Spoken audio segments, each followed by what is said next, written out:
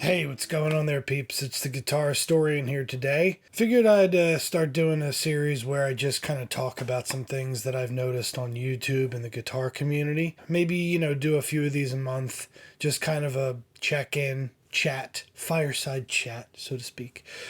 At any rate, I did post a couple of days ago about COVID, about the fact that I had COVID. I think I've had symptoms for I'm going on day 5 or 6. I guess tomorrow will be like day 6. Pleased to report, I guess, that I've had pretty mild symptoms overall. Actually, today I felt better.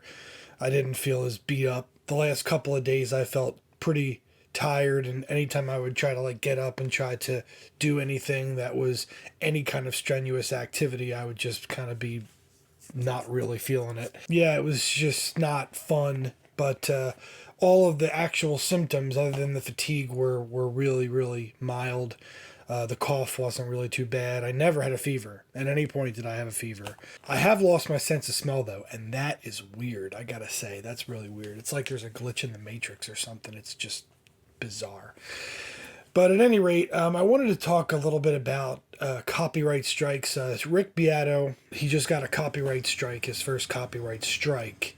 Now, those of you who are not YouTube creators and they're just kind of YouTube watchers might not understand how that works. And one of the things you might notice about my channel is that I tend to stay away from using copywritten material on my channel.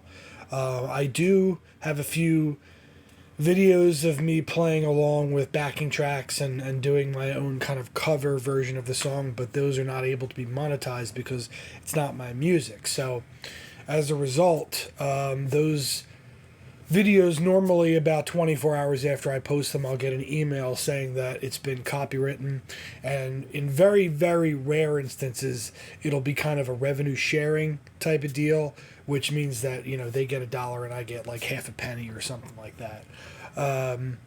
But generally speaking, they're not able to be monetized at all. It'll just turn off monetization for that video.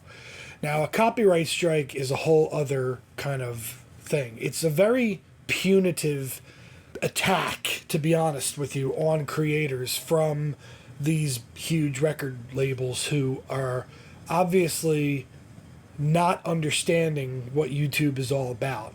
And I'll explain that in a little bit, but let me go through the differences. So there's, like I said, different tiers of how your video can remain up and be partially monetized, not monetized.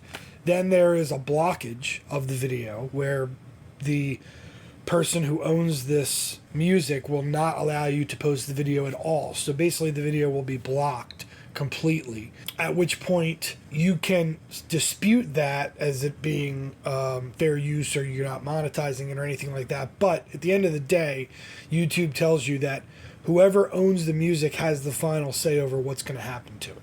And then the final thing is it's blocked and you get a copyright strike. Copyright strikes are rare from what I understand. However, there are certain labels, I believe, that do it more often than others. I know that Sony and like Universal Music Group are known to be pretty attacking with that kind of stuff. The problem is that in a lot of ways, it's not like most of these creators who are doing this are putting up a video with the music and just trying to make money off of that music, okay? They're trying to educate people, or they're trying to do a video where they're talking about a song, they're talking about an album, they're talking about the music, and they're trying to bring that music to a new generation, okay? In a lot of ways, a lot of these bands, Rick pointed out that a lot of these bands, they're old bands. They're no longer functioning. They're not releasing new music, right? So it's like, I think the Cars was the band that did the copyright strike on his video. And the Cars, the two main members, Rick Ocasek and Ben Orr, are no longer living. The rest of the Cars probably wouldn't even know what's going on. So now you have these record labels who are in their stead trying to protect their investments that are no longer functional. At the end of the day, isn't it a good thing when these creators on YouTube are trying to bring light to older bands and older recordings that people may not have remembered or have heard? So it's just extremely strange to me that a lot of these record labels would possibly think that it's a bad thing. You know, Rick's series is called What Makes This Song Great?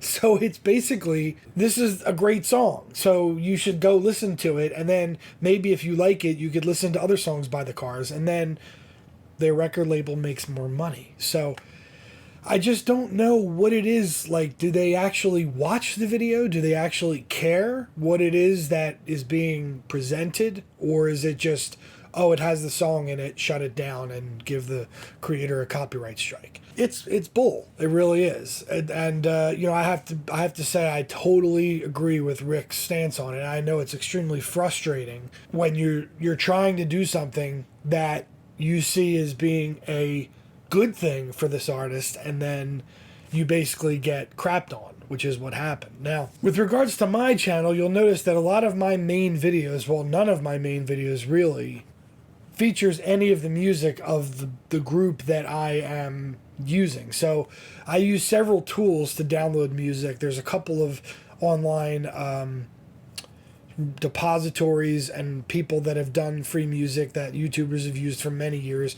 One guy, Kevin MacLeod from incompetech.com, he has some free music that you can download as like backing tracks. There's actually a YouTube library where you can go on and you can download free music to use as backing tracks as well. And what I try to do is, if I'm making a video, let's say about the early Beatles or something about like the early 60s, I'll look for a song that's kind of bubblegum pop from that time frame and put that as the backing track, so it kind of evokes the feeling of that time period, but it's not actually using one of their songs. And I only use songs that are completely free to use because I just don't want to be involved in any of that stuff, and I obviously don't want my videos to have to share revenue only because of, you know, a snippet or something of a song that I can convey what I'm trying to say without actually using the song. And as I said, I do have other videos where I play along with songs, which I believe would fall under the umbrella of a cover version, which in that case you're allowed to do those, and you're allowed to do lessons. You could also look at it as a lesson of that song.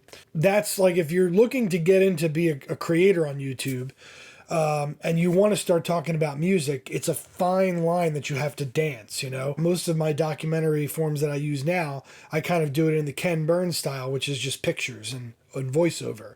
And that works to some extent, but someday if you ever want to branch out and make something that's a little bit more engaging, something has a little bit more historical narrative, you do need to use that archival footage. So again, it's like, you know, where does it fall in the guidelines of YouTube? And that's the thing about YouTube, is they don't make the call at all on their own. People who think that, oh, it's all YouTube's fault, they're the ones that gave me the copyright strike. They're actually not. And in fact, if nobody from the Cars, whoever their record label is, if nobody from the Cars record label had ever noticed that video by Rick Beato, it could have been years too. It could have been up for 5 years. Somebody notices it and they're like, oh crap, this video has been up for a long time. We forgot to copyright strike it. And then suddenly you can get one years later. It makes no sense.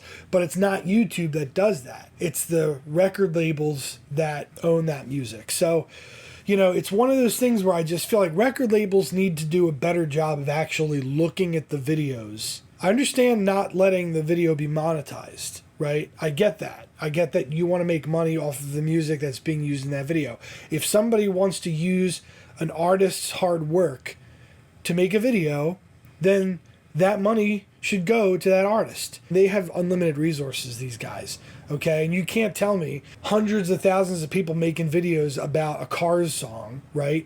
If one video gets uploaded a day, you can't tell me that one person could just take a look at the video and say, oh, you know what? It's actually a video that's pretty positive about our band and about our product. So maybe we should let them keep the video up because it does kind of drive sales towards our stuff. I just feel like that there could be more kind of understanding of what YouTube's all about and what the teaching community of music is all about.